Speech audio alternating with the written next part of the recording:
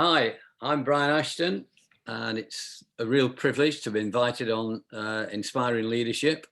I'm looking forward to the next hour or so.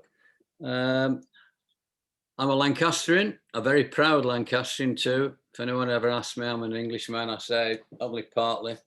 The Lancastrian's far more important than the Englishness in me. I was a school teacher. I was brought up in South Lancashire. I was a school teacher for a number of years. I also coached rugby, played cricket, played football, so played multi-sports.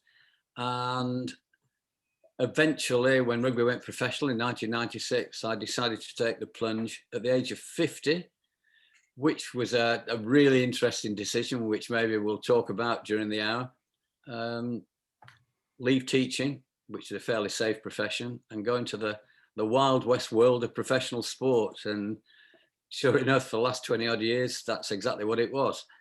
But at the moment now, I'm just working. I retired from hands-on coaching. I work as a consultant, coach, educator, and maybe we'll delve into that a little bit more during the next 60 minutes or so. Brilliant. Brian, it's a great pleasure having Brian Ashton MBE. Congratulations on your MBE. I think it was 2008 you got it. As a boy growing up in Yorkshire and following rugby with my brother playing it a lot and me playing badly, I always admired what you went through, the highs and the lows, and the period 2006 to 2008 with the Rugby World Cup and the Six Nations. And there were some tough times and there were some great times. But let's go back to the leader you are today and the coach you are today. But let's sort of take it back to your upbringing in Lancashire, and who was it and what was it that gave you the values and the kind of leadership traits that you've passed on and taught others? Just take me through a bit of the story in early life, if you would, Brian. Yeah, I think obviously, my family had a big influence on my upbringing. We weren't a wealthy family. My father was a coal miner, then worked in a warehouse, and my mother was a cleaner. And so we lived a very modest sort of life, but a very honest sort of life. My father had to get up at, I think it was around 4 o'clock every morning to walk to a bus terminal, which is 2 miles from where the house was, because no buses came through Lee at that time. Wow. And so it was pretty tough going, but I mean, a lot of other people live like that in the area as well. So it didn't seem to be anything unusual. And I suppose one of the early lessons, like, you just got on with life. You just got on with life. And, you were very grounded right from the start. And I think that's one thing that's really stayed with me all the way through, when things have not been great. I've managed to stay relatively grounded, and it's been very effective and very useful for me. One of my earliest memories is playing in the streets. In fact, my great memories of the 1950s are playing street games, and it's a bit bizarre, really. And I suppose we might get round to this. That I think my coaching life came full circle, because I looked at my coaching when I was sort of ending in 2008. And I'd almost got round to coaching in a sophisticated 21st century street games manner. So I'd gone through lots of twists and turns to get there. But that's quite an interesting story. But obviously from street games, you learn a lot of things. You learn resilience. You learn to be creative, inventive, imaginative. You learn discipline too, because in a street game, if someone came out with a ball and didn't like what was going on, he'd pick the ball up and walk off, and that's the end of your street game. So there's a little bit of discipline and responsibility, teamwork, a lot of competition. So all those great sort of characteristics of life.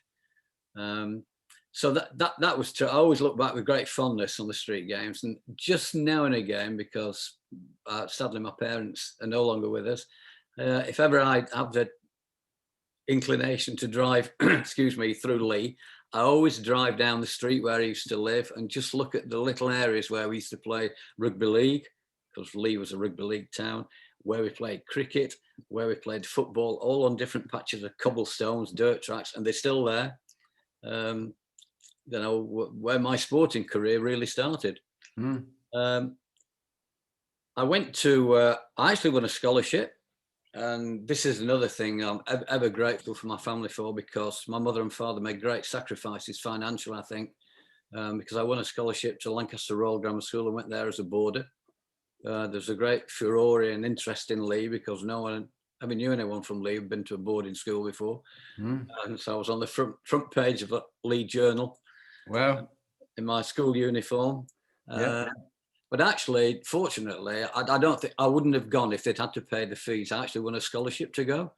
Wow. And I'm pretty sure the only reason I got the scholarship because it was called the Ashton Scholarship, after Lord Ashton in Lancaster.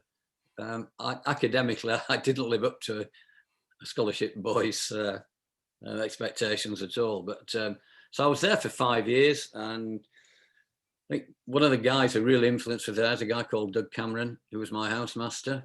Very much, again, he was a Cumbrian, down to earth sort of guy, but very, very strong moral values, and always wanted his boys to do the right thing, even if it was painful at times, so to do the right thing. Sorry. No, I was just going to say, the Lancashire Royal Grammar School was a lovely connection, because it was Kevin Roberts who recommended you to be on the Inspiring Leadership series. And you were just telling me, I found that fascinating, how when you were doing the Rugby World Cup, he was a manager of the, I think you remember you saying the American team, USA, and you met afterwards, found that you'd been at the same Lancaster Royal Grammar School 3 years apart, and that both of you had been, what was the word I'd like to say, expelled, I suppose. Yeah, expelled, we were, yeah. And you've started the is it the Black Sheep Society? Do you want to tell us about that, and how you got expelled and how he got expelled? Yeah, well, I got expelled. I think I was 16 years of age, and when I remember going home in the Easter holidays, and I was quite envious of my mates, because they were just starting to get interested in girls and all sorts of other things like that. And of course, to boys boarding grammar school, then that sort of thing just didn't exist.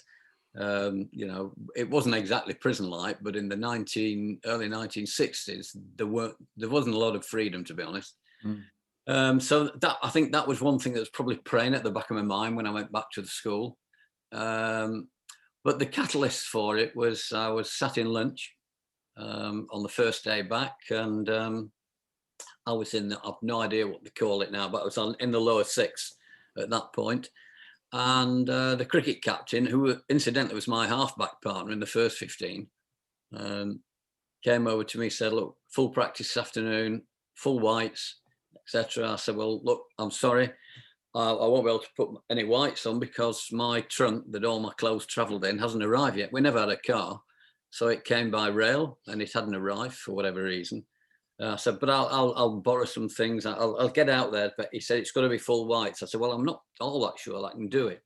He said, "Well, the chances are then if you don't come out in full whites, we're going to pick the team this afternoon for Saturday's game." And I didn't say anything. I thought, that's a bit rich, because I already played 2 years in the first 11. I played when I was 13 in the first 11, and he'd only played, it was his second year, so it's my third year, but he was captain. So anyway, we had this, and it was a public argument. It was at the dinner table with all the other guys listening in. So I sort of left, went up to my study, and I've no idea why to this day. I thought, bugger this. And I packed a rucksack and wandered down the hill from where the school was in Lancaster. I must have passed, Jonathan, 10 members of staff, not one of whom questioned me where I was going, because I was going away from school, not towards it. Got to the railway station in Lancaster, jumped on the train, got off the train in Wigan, got on the bus in Wigan to Lee, got off the bus in Lee, and stood there thinking, Brian, what the hell have you done? What the hell have you done? Your parents, given all the sacrifices they've made, will go absolutely ballistic when you get home. So I immediately, being pretty resourceful from my street games days, I immediately looked for a hiding place. Sure enough, I found one on the corner of the bus station known as the Regal Cinema. Ah, the cinema. Yeah. So I went in there. It was about 2:00 in the afternoon. and actually stayed there till it closed at 10 o'clock in the evening. So I was in there for 8 hours. The bad news was I watched the same film 3 times through. It was Cliff Richard's Summer Holidays. Must be, but I mean, if I don't suppose Sir Cliff Richard will ever watch this, but if he does, apologies. It's the worst film I've ever seen in my life. But I watched it 3 times through. Left, made my way home, absolutely terrified still of going home, till one of my friends saw me and I explained the situation. He went and got my father. Father came out, and for the first and only time in my life, he burst into tears. No, really? Wrapped his arms around me, and I thought, wow, how fantastic is this? What I didn't realise that the grammar school had contacted the police, because obviously I've been missing for about 8 or 9 hours now, and Lancashire police have been on alert to try and find me, and I've been in the Regal Cinema. Anyway, the police turned up eventually, and when I told them where I've been and what I've been doing, they just burst out laughing. They said, "That's punishment enough for anyone watching that film 3 times." Like this, just left me to it. Well, that's amazing. That's amazing. These experiences we go through at different stages of life. Yeah. Very, So very I profound. went back with my father. Went back to the school the following day, but the headmaster wouldn't let me back in. I think things will be slightly different now, but it was the same guy that expelled Kevin. Neither of us got on with him particularly well, as you probably remember from Kevin's. I remember from Kevin's story getting a girl pregnant. So I went to because you actually asked him. I mentioned Doug Cameron. Yep. Who was my housemaster. Then I went to Lee Grammar School and redid my A levels. So I started the sixth form over again, and had a real massive influence from a rugby point of view at Lee Grammar School. There was a guy called Bev Risman who was appointed. He started the same time that I did. He was appointed to teach biology. Bev Risman had played for England at Rugby Union. He'd been on the British Lions tour of 1959, broke his leg in the first test against New Zealand, but scored the winning try in the fourth test. Wow. Well, I think the tour was 32 matches long. They were, because they travelled by boat, so they stayed out there for 3 or 4 months. I think he'd been on the Lions tour before he played for England. And he may well have been a Manchester University student when he went on the Lions tour. Yeah. Incredibly talented player. Amazing. And he turned professional. He turned rugby league and came to play at Lee. Got a job at Lee Grammar School. And he was my rugby coach for the next 2 years. And he had a massive influence on me in terms of sort of liberating my mindset and freeing up my mindset to play the game, he said, as you want to play it. Yeah. Well, that's often been the theme, that you've thought differently. You even describe yourself as somewhat of a maverick, that you're always thinking about different moves and stuff. That's been a defining thing. And that's what I enjoyed about people like General Rupert Smith and Mike Jackson. They do things differently from how the orthodoxy would do. And I think it's been a theme throughout your life that there's been the sort of the old guard of the RFU and sort of the set ways of doing things. And you were quite different from that. And sometimes butted up against them, fell out with them, but believed in your own values, and I respect you for that. Absolutely.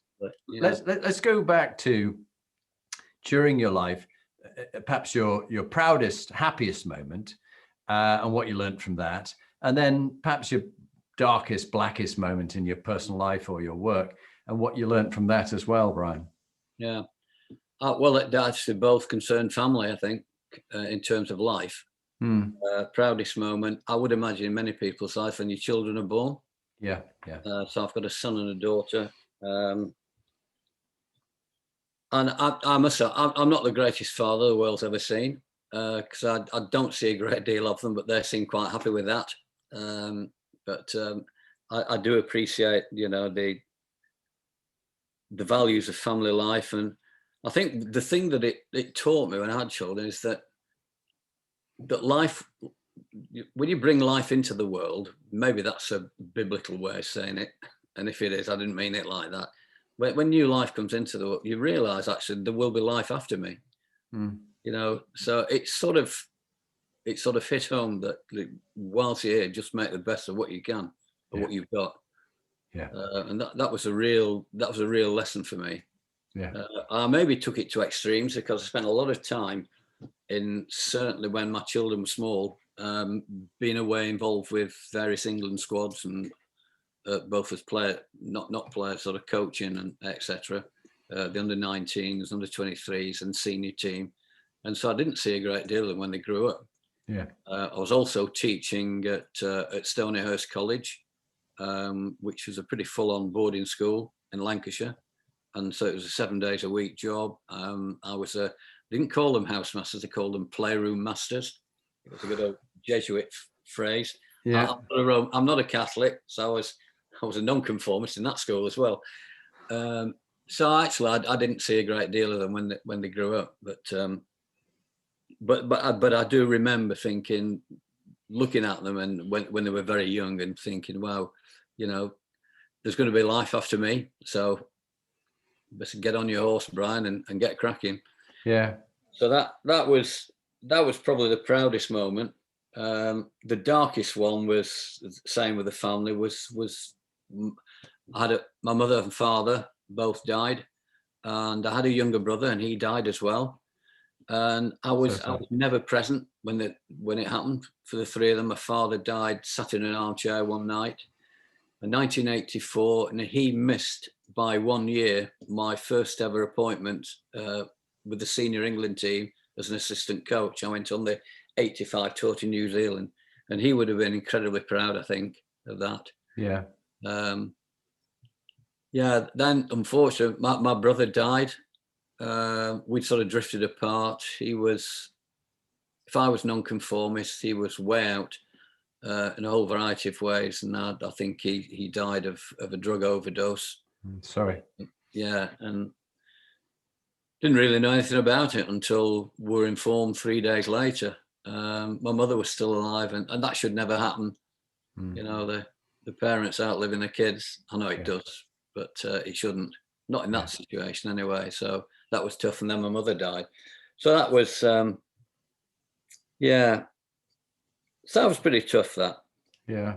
Yeah. But given the resilience that I've found during the early part of my life, and the sort of resilience my parents had shown, especially putting me through Lancaster Royal Grammar School for 5.5 years, then, I managed to handle it.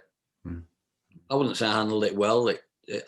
Even now, there are times when I just sit and reflect. Yeah. I just wish things could have been different, been better. And I actually remember the very first time, my wife Helen reminded me of this the other day when we were talking about it. The very first time I actually walked out onto the pitch before an international at Twickenham in February 2007, England, Scotland, when I'd been appointed head coach. I stood in the centre circle and looked up at the sky, just wondering if they might be watching down. Yeah, I'm sure they were. Yeah, I'm sure they were. Yeah. Yeah. Anyway. Yeah. Yeah. No, thank you. Those are very, very tough moments. Yeah. And it does make us really think. My brother Graham, the one I mentioned, who played for the North of England schoolboys against the Kiwis, so number 8. He's a surgeon, and someone decided to try and murder him in January by breaking into his house in Nottingham, and you might have read it in the papers, and stabbing him with a big kitchen knife and trying to burn the house down. And he's only just lived, but it brings things home. Graham's 65. Yeah. Just how fleeting life can be. To make the most of it. Absolutely. Just whilst just lifting the gloom a little. Yes, let's be more cheerful. Yeah. So when did he play? Can you remember the year that he played against the Kiwis? Oh gosh. Well, was it around the middle 80s? It probably would have been actually. Graham Perks. Yeah, he was, as I say, in Yorkshire, and he played with the North England schoolboys against the Kiwi team. 1984 or 85. Yeah, I'd be guessing, because he's 65 now. It'd be around that time then, wouldn't it? Probably. Yeah. Were you coaching them? No, I wasn't. But the New Zealand schools team spent 3 days at Stonyhurst College. Yeah. They stayed at the college. It was a training base in the north of England. That probably would have been the same time. And the coach was now Sir Graham Henry. Wow. Who coached the All Blacks to a 2011 World Cup win. That's the thing I've noticed in any conversations you've had, and even just chatting to you. You've got an amazing memory of certain connections and friendships you've had and people you've played with or coached. Has that always been something you remember, names and places and people? Yeah, not as well as I used to. Yeah, well, it always Well, goes with all of us. now I'm 74. Yeah, my Yeah, short-term memory, I think, is on the wane. yeah, But yeah, long-term memory, yeah, it's still relatively good. yeah. No, that's great. And taking us back to long-term memory, take us back to when you were 18, Brian, and you were, your school days, all the knowledge you've had and the coaching you've taught yourself and you've learned from all your reading and stuff. What bit of wisdom would you give the young 18-year-old Brian? God, that's quite a tough one, that, to be honest. Knowing what you know now, and which might have Yeah, helped change your life, perhaps. I think one of the things that I struggled with when I left school was being authentic initially, Yeah, was being me. yeah, Going back to what I mentioned 10 minutes ago about Bev Risman, who actually played Rugby Union and Rugby League in a non-authentic manner. And he recognised that sort of characteristic in me, that I was pretty nonconformist. When I started playing senior rugby at the age of 18, I was 5'7", 11 stone wet through. And I was playing with some big guys even in those days. So I had to behave on the field in a way that was different to keep out of trouble, if nothing else. yeah. But the weird thing was that when I eventually started teaching and coaching, I was the most command control, authoritative, dictatorial teacher and coach you'd ever seen in your life, which was completely at odds with the way that I lived my life and played the game. Yeah. Played games. So I was a real Jekyll and Hyde character. And obviously, you're not likely to be particularly effective if you're sort of masquerading as someone else. It's so interesting you say that. I relate in a different way, Brian. I had my moment to go and be an instructor at Sandhurst at the military academy. Yeah. And, you think you've arrived, you've been selected by your regiment to go there and train people up. And I acted as a bit like you, command and control, authoritarian, so unlike what I'm really like. Yeah. But I thought that was what was required.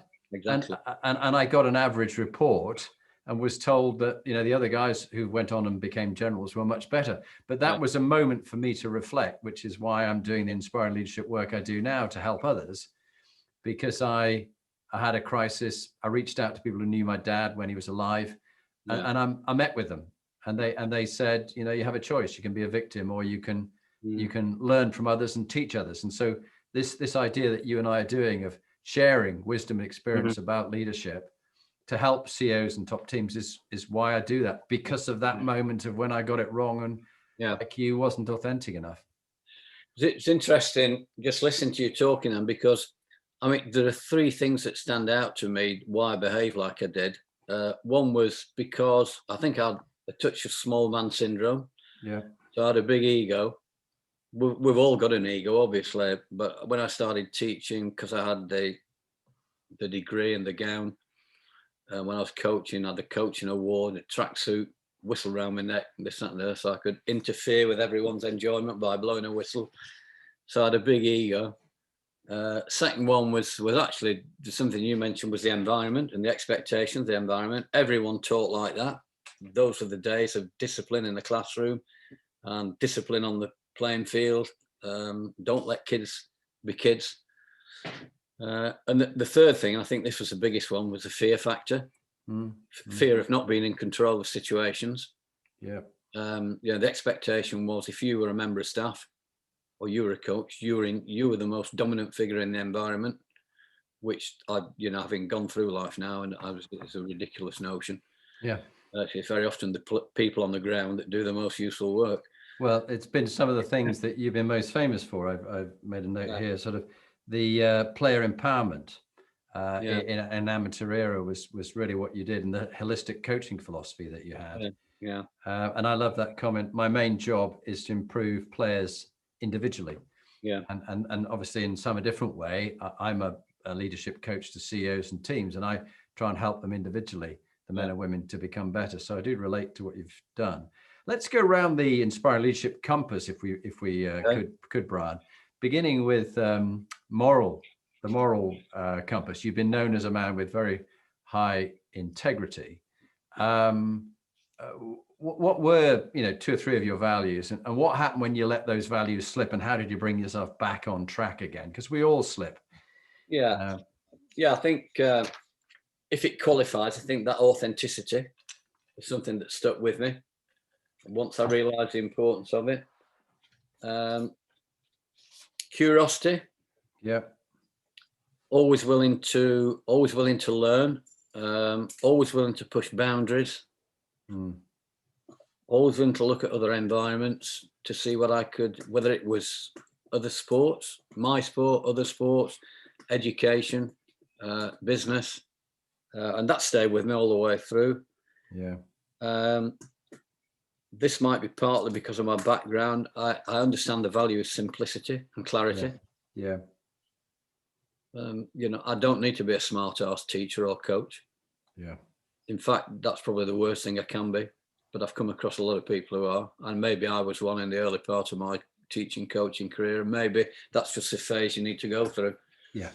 Till you learn better. I think you're right. Just staying with that, one of my old military bosses used to say, less is more, keep it as simple as possible. And if it can be understood by a 14-year-old, then you got it right. If you made it so complicated that they haven't got a clue what you're saying, you're trying to be too smart for yourself. And the quality of the question defines the quality of the answer you're going to get. So make sure it's a good question you ask. Yeah. I mean, I got to the stage where I used to ask players and kids, right, you tell me what I've just been talking about. Yeah, that's good. You know, explain it just in real simple language, just explain what I've been talking about. And if they couldn't, then well, I suppose they'd not been listening. And that was probably my fault because I've not made it interesting enough. Yeah. Or more often than not, to be honest with you, it was too complicated. Yeah. No, that's a great one, Brian. Going around to the next element of the compass, Brian. PQ is what we call meaning and purpose. You know, what you're calling your vocation. It's been a mixture of coaching and teaching, but what's given your life real meaning and purpose as you look back over it? Yeah, I think, and this probably won't surprise you, is always looking to challenge the status quo. I've always been restless, opportunistic, always looking to do things differently, to improve things, to lead change. I've got a really interesting connection with New Zealand, and it is relevant to what you just asked me. I've now worked for 12 years, with the International Rugby Academy arm of New Zealand, run by an ex-All Black called Murray Mexted that you may well remember, played number 8. And I just have a real affinity with New Zealand people. I was born in the wrong country. Kevin says that all the time. Yeah, because he likes New Zealand too, doesn't he? Oh, well, yeah, he's a citizen, isn't he? He won the Order of Merit, didn't he, for New Zealand? In the Queen's Honours list. He probably kept that quiet because he did. Yeah, despite all his shouting and screaming, he's quite a humble sort of guy. So that's I've got a theory about New Zealand. I think this was prompted by Kevin. He was saying the All Blacks are so good and New Zealand are so good at many things, despite the fact that their nearest neighbour is Australia, which is about 1,000 miles away. But it's because if you look at them, you put a map up on the wall, and New Zealand is right on the edge of the world. So they live on the edge. He said they think on the edge, they practice on the edge, they play on the edge, and they win on the edge. Yeah, it's all about being on the edge. It keeps pushing them because his theory is that they feel as though they might be falling behind because they're out of touch with the real world, the rest of the world. So it pushes them. No, it's a lovely connection with New Zealand, and my family had a generation of them. My father was born there with his twin Pauline, and so although I've never been there, it means a lot to our family. And one day I will, when this pandemic is over, I must go. Yeah, I must go. In fact, I would have probably just have arrived back from New Zealand had the pandemic not been on. I was there. All right. Before it started last year, I was in Australia, New Zealand. Yeah. Well, let's talk about health and well-being next. Health quotient. You know, fitness of your team players is crucial. But we've got business people or maybe military people who are listening to this, the health and well-being, physical and mental. What sort of tips and advice would you give on each of those areas that have stood you in good stead personally? Yeah, I think I mean, I've always been interested in the mindset. Um, and I've got a saying, and I think it's my saying. I'm pretty sure I've not stolen it from anywhere. And if I have, and whoever I've stolen it from hears it, I'll put my hand up and say, I do apologise. Connecting mindset with performance. So it's mindset influences belief. Yeah. Belief drives performance, and performance determines the outcome. So there's a direct connection between the mindset, the mental side of anything that you do, and your ultimate performance. I think, and it's an area that's quite neglected in team sports, I think, certainly in this part of the world. I think the mental well-being, the emotional balance, and just the ability to mentally navigate your way through high pressure environments is incredibly important. Yeah. And for me, it's the glue that holds everything else together. I've seen players at the very top level of the game, and I've experienced it myself as a player too. To be honest, I was never mentally that strong as a player. Not at the top level. I was okay when things didn't challenge me that much, but suddenly when I got in the uncomfortable zone, which you do when you're in pressurized environments, I didn't handle it particularly well. But I've seen players who technically are outstanding, physically in the best condition they could ever be in their life, tactically can follow a plan, but mentally are all over the place. Yeah. So in fact, it completely eliminates all the other abilities they've got because they just cannot handle the environment that they're in. Yeah. There's a lovely graph of X and Y axis. The Y axis is your challenges and the opportunities you have in life, and the X axis is your abilities. And the 45-degree line is where your abilities match the challenges you've got, and that's stasis, when nothing really has changed. Just there below it, you're not being stretched like you were before you went into professional rugby. But above it, that's the place where you could fail. You don't know what you're doing. You're afraid. You're uncertain. But that's the place where I found, and the research shows, that the greatest growth happens living above the 45. But that's the place where you could fail. That's the bit of you and the maverick where you push yourself. I think that's interesting. So great. Go on, sorry, you say. Sorry, one of the things I'm going to mention before was I've over the years, and maybe this comes with age and experience, and having failed, is I've fearless is one of my characteristics now. I'm not afraid to do things and take risks that maybe other people might not think of doing. And I think certainly from a coaching and leadership point of view, creating that, and this sounds a real what is it, oxymoron, the opposites, isn't it? Is that right? Yeah, oxymoron, yeah. Is the sort of creating a safe environment of fearlessness. Yes, yeah. It's really important at the top level of anything. Yeah.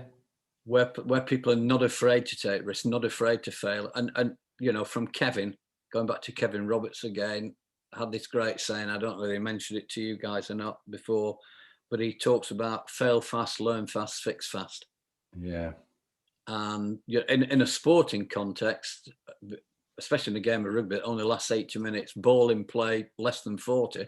Yeah. You've got to learn pretty damn quick. Yeah. So you don't keep making the same mistake over and over again.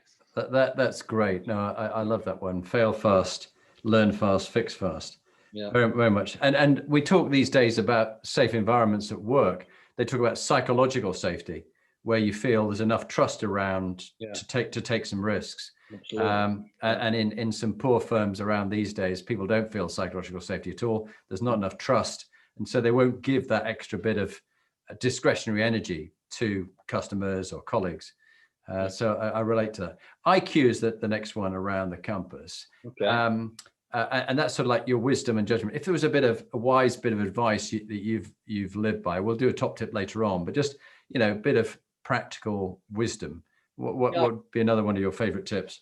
Well, I've already talked. Well, there's two or three actually. If that's okay. I've already Yeah. talked keeping life simple. Yep. I think that's pretty important. One things I've learned both through teaching and coaching. It took me a while because of the nature of how I operate. Is be an active listener. Yeah. When people are talking, just let them talk. Don't interrupt halfway through. And when they stop talking, this has been really important for me as a coach, educator, and mentor. Although the guy who was in charge of coach education at England Rugby, I spoke to last week, I hadn't seen him for ages, and he said, "Oh, I don't use the word mentor anymore. I use the word thinking partner." Oh yes, yeah. I time to thinking partner. Yeah. So I thought that was great. But that illustrates being an active listener. So if someone talks, and when they stop talking, if you've asked them a question, especially with young coaches or young people, Yeah. don't speak. Just leave it for 10 seconds and see what happens. Because very often it's the golden nugget that then appears.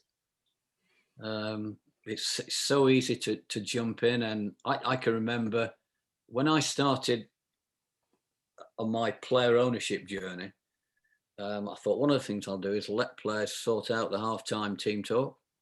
And could I resist jumping in when they said something? No, could I help? You know, I just could not stand back and listen actively to what they were saying, because there were times when they didn't need me to say anything at all. They'd said everything that I was going to say. So I think being an active listener is really important. What else I put down? Retaining, and this is really important for me, retaining a thirst for knowledge. Oh yeah.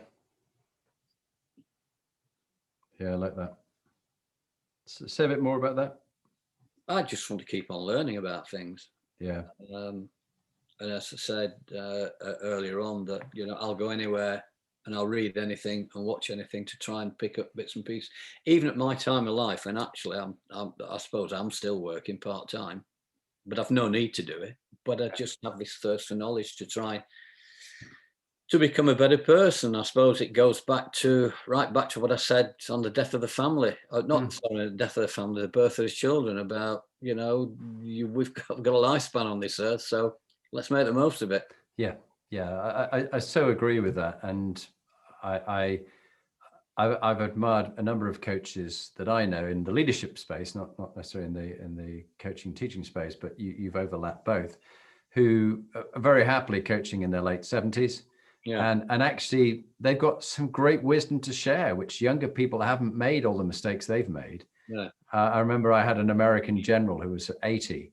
And when I went to Fort Leavenworth with the staff college intake, and I was given the job of being in charge, the chief of staff of this group of 20 leaders, many are now generals and all special forces and things. And I wasn't good enough to be the one in charge of them, but they'd put me in charge and I was really struggling. But this American general said, "Jonathan, you haven't got time to make all the mistakes I made.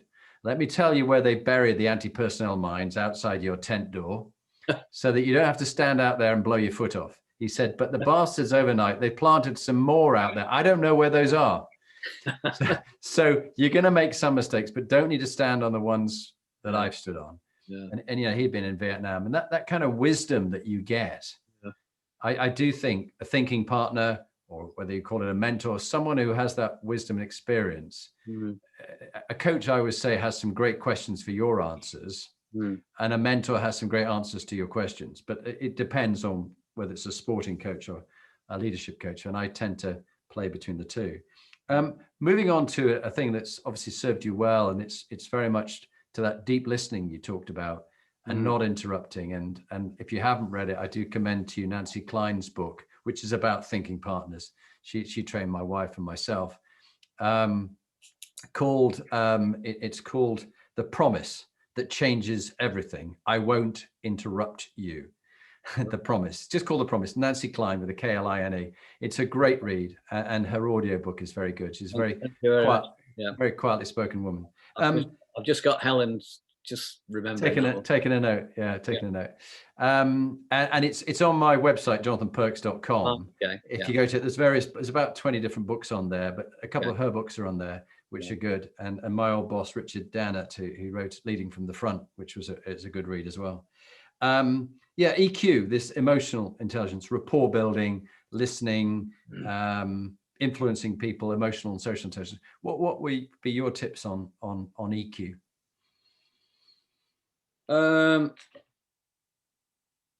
Well, I think I probably alluded to it before under the sort of mental skills area. Yeah. That I think, you know, to it's so crucial to engage with people, to give them the opportunity to put their thoughts and ideas forward. This was really hammered home to me when I was coaching at Bath Rugby. Yeah.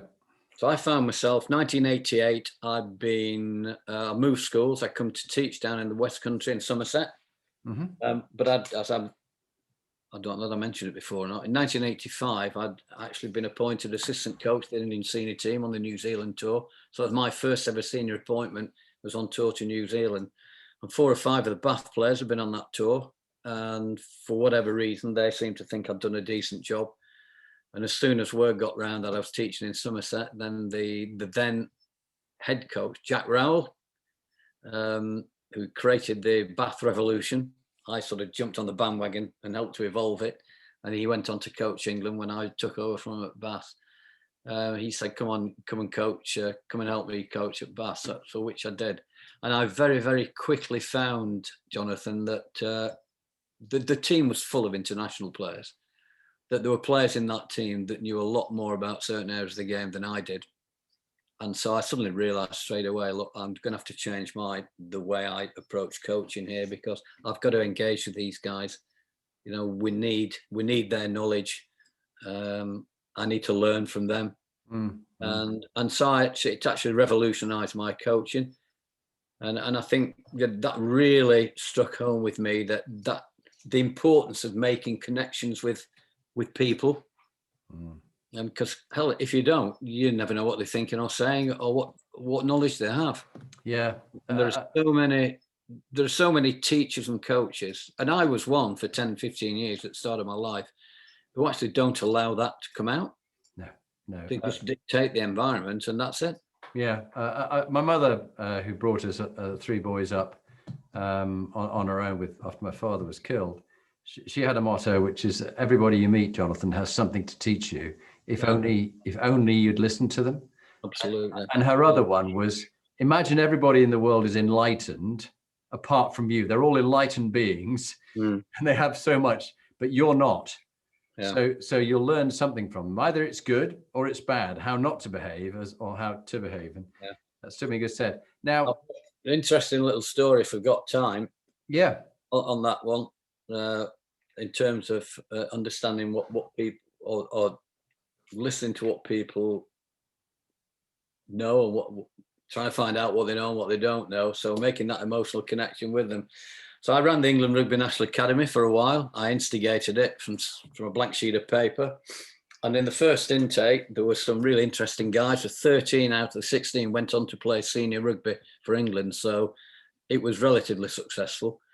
And, at the end of every day, I made it a point of engaging these guys to find out what they knew about rugby.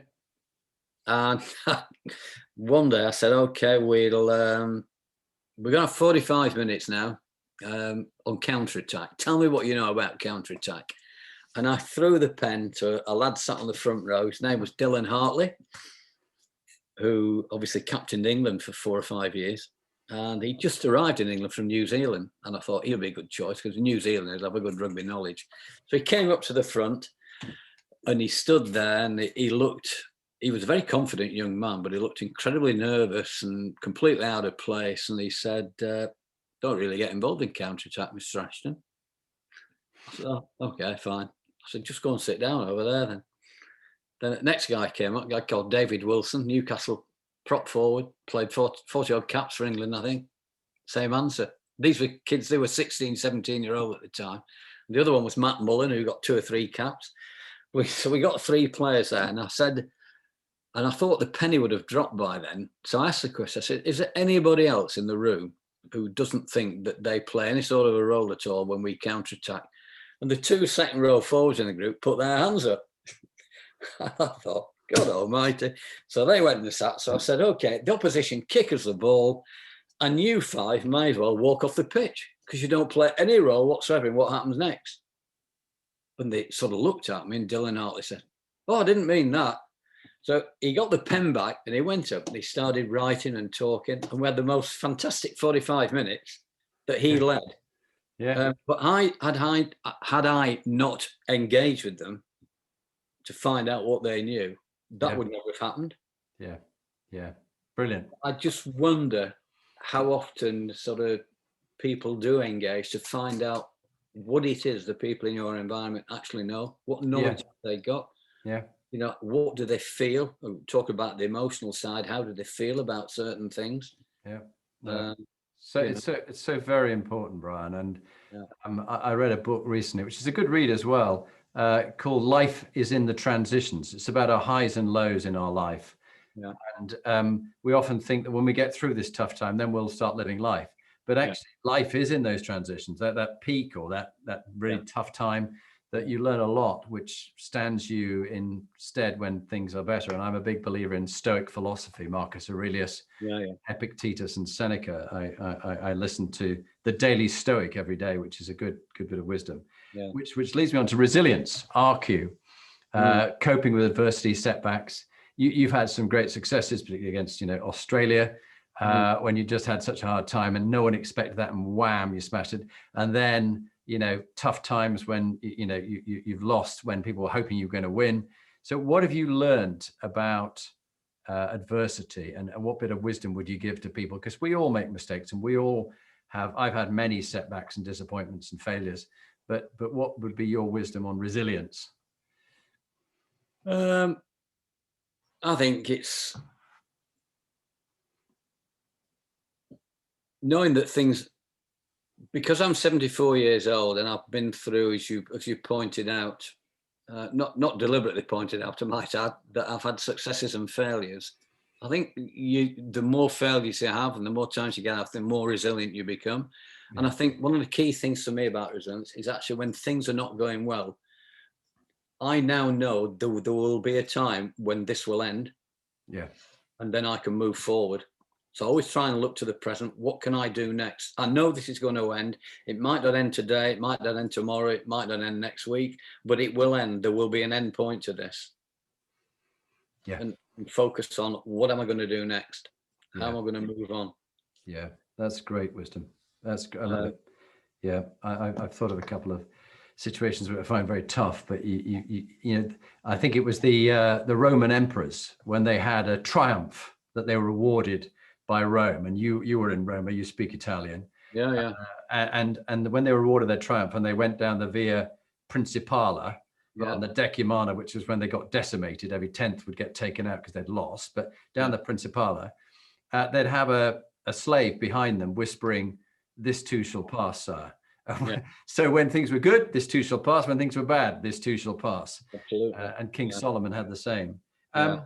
The last couple, brand and then legacy, before we talk about a book and wrap up with your final top tip, what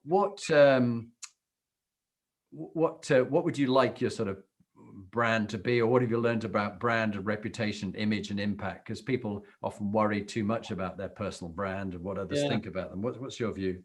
Well, I think I did too. I think I've grown out of it. I've gone through life, and actually, I'm not that desperately interested, to be honest, Jonathan, now what people do think of me. Yeah. I know what I've done in my life. The people I've worked alongside know what I've done. Not everyone's enjoyed what I've done, but I've not enjoyed how other people have operated either. And I think that's just part of life. And I think one of the key things for me was, and again, Kevin helped quite a lot in this, was becoming self-aware, having a purpose in life. What is my purpose in life? And it's just, I mentioned it earlier on, I think, to challenge the status quo. Yeah. But I'm pretty self-aware. Sometimes you don't make friends when you challenge the status quo. Yeah. But actually, if that's part of who you are, then actually you can ride with it. Yeah, I wish I had the wisdom you had when I had Richard Dannett as my mentor to me, even though he had been one of his company commanders. He was my commanding officer. I wrote a sort of short paper called "The Army Needs More Mavericks," back to your point. Yeah. And I was, had some cartoons to go with it. I was going to publish it. And he went, "If you want to have a career in the army, don't publish it.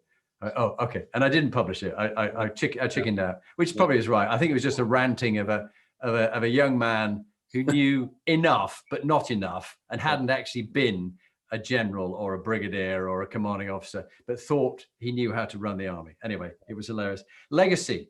What would you like your legacy to be in a simple word, Brian? How would you like to be remembered when you're gone? I'm actually, I'm going to go back to Lancaster Royal Grammar School. Yep. And it had a big influence on me, despite the fact they got expelled. And their motto is "Praesis ut process," which means lead in order to serve. Yeah. And certainly for the main part of my life, I've really tried to do that. I look at environments now that I've been in, the school environment, the professional sport environment. Pupils more important than teachers. Yeah. Players are more important than coaches and managers. Yeah.